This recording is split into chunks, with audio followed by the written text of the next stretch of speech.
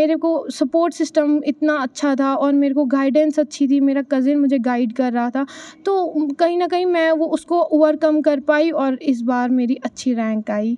मेहनत तो ऑब्वियसली इसमें ये एक लंबी जर्नी होती है, तो मेहनत तो ऑब्वियसली उसका कोई सब्स्टिट्यूट है नहीं, हार्ड वर्क तो ऑब्वियसली करना है। एक्चुअली ये मेरी सेकंड अटेम्प्ट थी और जो फर्स्ट अटेम्प्ट मेरी थी मैं उसमें भी इंटरव्यू स्टेज तक पहुंची थी और मेरा फाइनल सिलेक्शन सिर्फ 4 मार्क्स से रह गया था।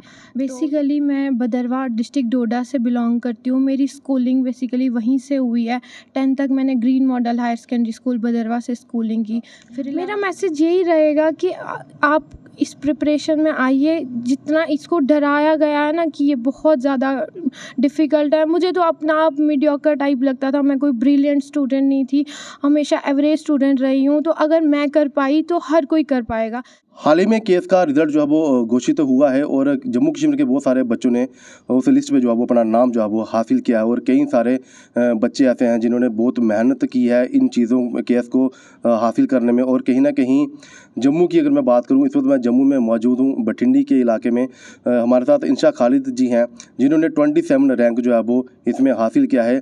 आखिर क्या रास्ता, कितनी मेहनत थी, उन्हीं से जानना चाहेंगे। सबसे पहले तो जेके अपडेट में आपका स्वागत है और कॉन्ग्रेचुलेसन आपको। Thank you so much. मैं ये जानना चाहूँगा, सबसे पहले केस से पहले मैं जानना चाहूँगा कि आपकी स्कूलिंग जो है वो कहाँ से हुई। पहले मैं उसके बारे में जानना चाहूँगा, उसके बाद मैं केस के बारे में आपकी बात करूँगा। ओके। बेसिकली मैं भदरवा डिस्ट्रिक्ट डोडा से बिलोंग करती हूँ, मेरी स्कूलिंग बेसिकली वहीं से हुई है। 10th तक मैंने green model higher secondary school Bhadarwa से स्कूलिंग की। फिर 11th-12th मेरी government girls higher secondary school Bhadarwa से ही हुई। उसके बाद मेरी बीटेक इलेक्ट्रिकल इंजीनियरिंग में हुई Yogananda college of engineering and technology Jammu, और उसके बाद मैं सिविल सर्विसेज की प्रिपरेशन कर रही थी। तो कितना क्या मुश्किल था इन चीज़ को हासिल करना? क्या आज पहली बार ही कामयाबी मिली है या आपने कई सारी समय इसमें लगे आपको? एक्चुअली ये मेरी सेकंड अटेम्प्ट थी और जो फर्स्ट अटेम्प्ट मेरी थी मैं उसमें भी इंटरव्यू स्टेज तक पहुंची थी और मेरा फाइनल सिलेक्शन सिर्फ 4 मार्क्स से रह गया था। तो ये अब सेकंड मेरी अटेम्प्ट थी और इसमें मेरा 27th रैंक आया है। कितनी मेहनत है और सबसे ज़्यादा क्रेडिट किसका है और सपोर्ट किसकी रही? मेहनत तो ऑब्वियसली इसमें ये एक लंबी जर्नी होती है, तो मेहनत तो ऑब्वियसली उसका कोई सब्स्टिट्यूट है नहीं, हार्ड वर्क तो ऑब्वियसली करना है।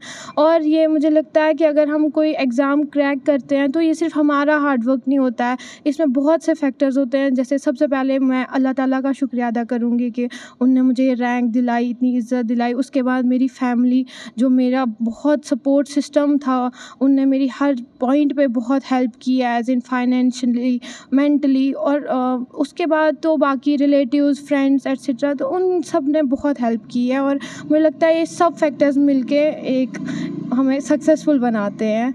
जब फर्स्ट टाइम इवेंट था, जब आपका 4 मार्क्स से रह गया, तो तब कैसा फील हो रहा था आपको? ऑब्वियसली जब इंसान इंटरव्यू स्टेज तक पहुंचता है तो कहीं ना कहीं एक्सपेक्ट करता है कि हम लिस्ट में आ जाएंगे। ये पता नहीं होता है कि कौन सी रैंक आएगी या कुछ, बट ऑब्वियसली हर कोई एक्सपेक्ट करता है। तो मुझे भी थोड़ी एक्सपेक्टेशंस थी, लेकिन वो जो 4 मार्क्स होते हैं ना कि बस इतने मार्जिन से रह गए, वो कहीं ना कहीं बहुत हर्टफुल होता है। बट मेरे को सपोर्ट सिस्टम इतना अच्छा था और मेरे को गाइडेंस अच्छी थी, मेरा कज़िन मुझे गाइड कर रहा था, तो कहीं ना कहीं मैं वो उसको ओवरकम कर पाई और इस बार मेरी अच्छी रैंक आई। इसकी तैयारी कब से शुरू की थी आपने? मेरा 2018 में बीटेक कंप्लीट हो गया था, तो उसके बाद 2019 से मैं ये इस प्रिपरेशन में आ गई थी। 2019 में ही मैंने एक्चुअली स्टार्ट किया था, लेकिन अब हमारे यहाँ केएस के एग्ज़ाम बहुत लेट होते हैं, तो अगर मैंने 19 से स्टार्ट किया था, लेकिन मेरा फर्स्ट अटैम्प्ट जो है 2021 में हुआ था, प्रीलिम्स उसका। तो मेरी स्टार्ट 2019 से ही हुई थी और आज 2023 में फाइनली रिज़ल्ट आया। सबसे ज़्यादा किसका योगदान रहा खासकर आपकी इस मेहनत में? सबसे ज़्यादा ऑब्वियसली मेरे पेरेंट्स का, मेरे सिबलिंग्स का और मेरे कज़िन का, जिनने मुझे गाइड किया। एक्चुअली मैंने कोई कोचिंग नहीं ली थी, ये मेरी सेल्फ़ स्टडी थी, बट उनकी गाइडेंस की वजह से मैं वो फोकस्ड रही और मुझे पता लगा कि क्या क्या करना है और बेसिकली क्या नहीं करना है। इस जर्नी में इतनी आपको गाइडेंस मिल जाएगी ऑनलाइन, एज़ इन यूट्यूब पे abundance of knowledge and information है, लेकिन उसको आपने स्ट्रीमलाइन करना वो बहुत इम्पोर्टेंट है, और वो मेरे कज़िन ने मुझे हेल्प की। और मेरे मम्मा पापा वो तो हर टाइम, जैसे जब भी कोई फेलियर आया या डिमोटिवेटेड फील हुआ तो उनने तो हमेशा सपोर्ट किया। फिर फ्रेंड्स भी थे, कज़िन्स, सब ने सपोर्ट करके तो आज क्या मैं जब सक्सेसफुल। आपने इसकी तैयारी की, क्या कोई इसमें कोचिंग इंस्टीट्यूट कोई ज्वाइन किया था जहाँ आपने घर पे ही मेहनत की है? नहीं, नहीं, ये मेरा सेल्फ स्टडी से था, लेकिन हाँ, मैंने टेस्ट सीरीज़ ज़रूर जॉइन की थी। मेरे को ये था कि अगर मैं पढ़ रही हूँ, वो मैंने देखना है कि मैं ठीक पढ़ रही हूँ या नहीं, और वो हमें बेसिकली टेस्ट से पता चलता है। तो मैं प्रीलिम्स की टेस्ट सीरीज़ जॉइन करती थी, मेंस की टेस्ट सीरीज़ जॉइन करती थी, और इंटरव्यू के लिए मैंने मॉक बहुत सारे दिए थे यहाँ डिफरेंट इंस्टीट्यूट में। तो मैंने पढ़ाई नहीं की है वहाँ से, बट मैंने टेस्ट ज़रूर दिए हैं। तो मेरी मेनली ये सेल्फ स्टडी थी। भद्रवाह के रहने वाले हो, आपने कहा कि हम भद्रवाह से हैं। भद्रवाह से जम्मू आने का सफ़र कैसा था, और उसके बाद से किस तरह की नॉलेज वो आपने जम्मू में गेन की?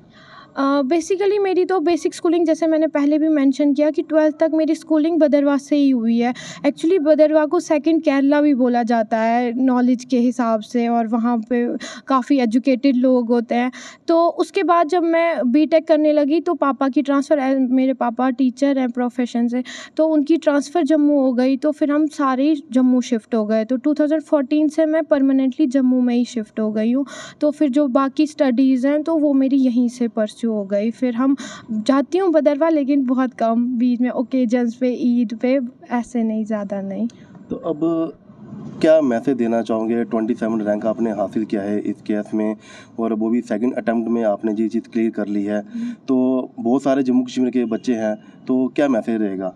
मेरा मैसेज यही रहेगा कि आप इस प्रिपरेशन में आइए। जितना इसको डराया गया है ना कि ये बहुत ज़्यादा डिफ़िकल्ट है, मुझे तो अपना आप मीडियोकर टाइप लगता था। मैं कोई ब्रिलियंट स्टूडेंट नहीं थी, हमेशा एवरेज स्टूडेंट रही हूँ। तो अगर मैं कर पाई तो हर कोई कर पाएगा। लेकिन इसमें क्या होता है कि आपको डेडिकेटेड स्टडी, ये ऐसी नहीं है कि आप सिर्फ 1 साल पढ़ोगे, आपको 2 साल भी लग सकते हैं, आपको 3 साल भी लग सकते हैं। तो इसके लिए आपको ये है कि डेडिकेशन, परसिवरेंस, ये सेल्फ डिसिप्लिन बहुत होना चाहिए। बाकी इतना कोई इशू नहीं है, इतनी कोई डिफ़िकल्ट नहीं है कि मैं बोलूँगी बस टॉपर्स ही कर सकते हैं, हर कोई कर सकता है। तो अगर आप प्रिपेयर कर रहे हैं, लेकिन सेल्फ डिसिप्लिन रखें, और ज़रूर आप सक्सेसफुल हो जाएंगे। बहुत बहुत धन्यवाद आपका। जे थे इंशा खालिद जी हमारे साथ, और बहुत अच्छी बात इन्होंने कही कि डर जो है वो उसे अपने दिमाग से, मन से निकाल देना चाहिए, क्योंकि किसी भी चीज़ की तैयारी अगर आपने करनी है तो कोई भी चीज़ जो है वो मुश्किल नहीं है अगर आप वो करना चाहे तो। इंशा खालिद के पिताजी हमारे साथ हैं, उनसे भी जानते हैं कि उनकी बेटी ने जो 27 रैंक हासिल किया है, उनका कितना योगदान रहा अपनी इस बच्ची की स्टडी को लेकर। सर, सबसे पहले तो मैं मुबारकबाद देता हूँ कि आपकी बच्ची ने 27 रैंक हासिल किया है, केएस की लिस्ट में उनका नाम आया है। तो मैं आपसे जानना चाहूँगा कितनी मेहनत आपके बच्चे ने की है, और आपका योगदान जो है वो उस टाइम कैसा था अपने बच्चों के साथ, मतलब पूरी स्टडी से लेके अब तक के रो तक। Thank you very much. आप यहाँ आए, आप यहाँ कवरिंग कर रही हैं, इसके लिए बहुत बहुत शुक्रिया। अब जो आपने क्वेश्चन किया बेटी के बारे में, एक्चुअली ये ऐसा एग्ज़ाम होता है कि ये डिपेंड करता है बच्चे की इंटरेस्ट पे। बच्चा जब इंटरेस्ट लेता है तो माँ बाप के जो है कहीं ना कहीं भरोसा बन जाता है बच्चे पे। लिहाजा जब मेरी बच्ची ने ये प्रिपरेशन शुरू की तो हमारी पूरी तरह से सपोर्ट रही। जैसे इसने कहा, मैंने जो इसको प्रोवाइड करना था हमने वो कर दिया, और ये करती रही प्रिपरेशन, और हम हर वक्त इसको एनकरेज करते रहे। तो जहाँ तक इसकी जर्नी थी एजुकेशन की, पहले से ये पढ़ने में अच्छी थी, लिहाजा फ्रॉम द बिगिनिंग हमारा इस पर काफ़ी फेथ था। तो उस फेथ को आगे बढ़ाते हुए हमने पूरा भरोसा किया, और अल्लाह ने आज ये दिन दिखाया, और ये आज इस स्टेज पे पहुंच गई, और ये कामयाबी इसने हासिल की।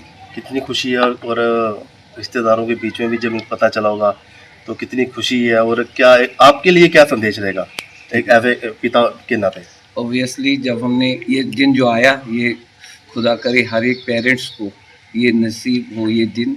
इस दिन का मुझे भी इंतज़ार था, और जब इसने ये कामयाबी हासिल की तो हमें बहुत खुशी हुई, सिर्फ मुझे ही नहीं हमारे सभी रिश्तेदारों को। और हम यहाँ से 200 किलोमीटर दूर थे और आप ये देखो कि हमारे सारे रिश्तेदार जो है विदिन 10 आवर्स सारे यहाँ पे पहुँच गए इस गर्मी में। मैं उनका भी शुक्रिया अदा करता हूँ कि वो हमारी इस खुशी का हिस्सा बने। तो उसके बाद जो है मेरा यही मैसेज रहेगा उन बच्चों के लिए जो इस प्रिपरेशन में है कि वो डेडिकेशन से काम लें, पेशेंस से काम लें, तो कामयाबी ज़रूर उनके कदम चूमती है, जिनकी डिटर्मिनेशन जो है वो पुख्ता हो। तो उसके साथ हम अल्लाह का बहुत बहुत शुक्रिया अदा करते हैं कि जो सपना जो है बाकी माँ बाप की तरह हमने भी देखा था और हम उसमें कामयाब हो गए और हमें हमारी बेटी ने हमें वो दिन आज दिखाया। उसके लिए बहुत बहुत धन्यवाद सर आपका। Thank you. जे खालिद जी के पिताजी थे जिन्होंने कहा कुछ गवर्नमेंट एम्प्लॉय हैं, टीचर हैं, किसी स्कूल में जेवी स्टडी करवाते हैं, पढ़ाते हैं बच्चों को, और आज इनकी बेटी की जो खुशी है वो उनके चेहरे पे साफ तौर से दिख रही है। और सबसे अच्छा एक मैसेज था इन्होंने जो कहा कि हमारी बेटी पढ़ने में तो ठीक थी, तेज़ थी, लेकिन जो जो चीज़ें उन्हें चाहिए थी हमने कभी किसी चीज़ के लिए अपनी बेटी को मना नहीं किया, और कहीं ना कहीं वो चीज़ें आज रंग जो है वो सामने लाई है। उनकी माताजी भी हमारे साथ हैं। आपको भी बहुत बहुत कॉन्ग्रेट्स, आपकी बेटी ने के लिस्ट में अपना रैंक हासिल किया 27।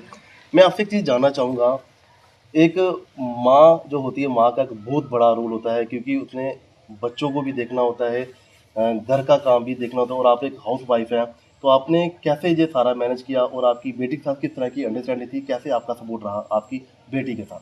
अल्लाह ताला का शुक्र है, हम शुक्र अदा करते हैं कि हमें ये दिन देखने को मिला। पहली बात ये है। दूसरी बात ये है कि हमारी जो लड़की है ये बहुत अक्लमंद है। ये मेरे साथ भी हाथ बटाती थी, मैं किचन में जाती थी, ये मेरे पीछे पीछे आती थी, अपनी पढ़ाई भी करनी और मेरे साथ भी काम करना। ये नहीं कि पढ़ाई सिर्फ, इसने दोनों काम हाथ में। हमें कोई घर में नौकर चाकर नहीं है, हम खुद अपना सारा काम करते, मगर मेरी हेल्प मेरी बेटी करती थी। इसके बावजूद इसने 27वां रैंक लाया।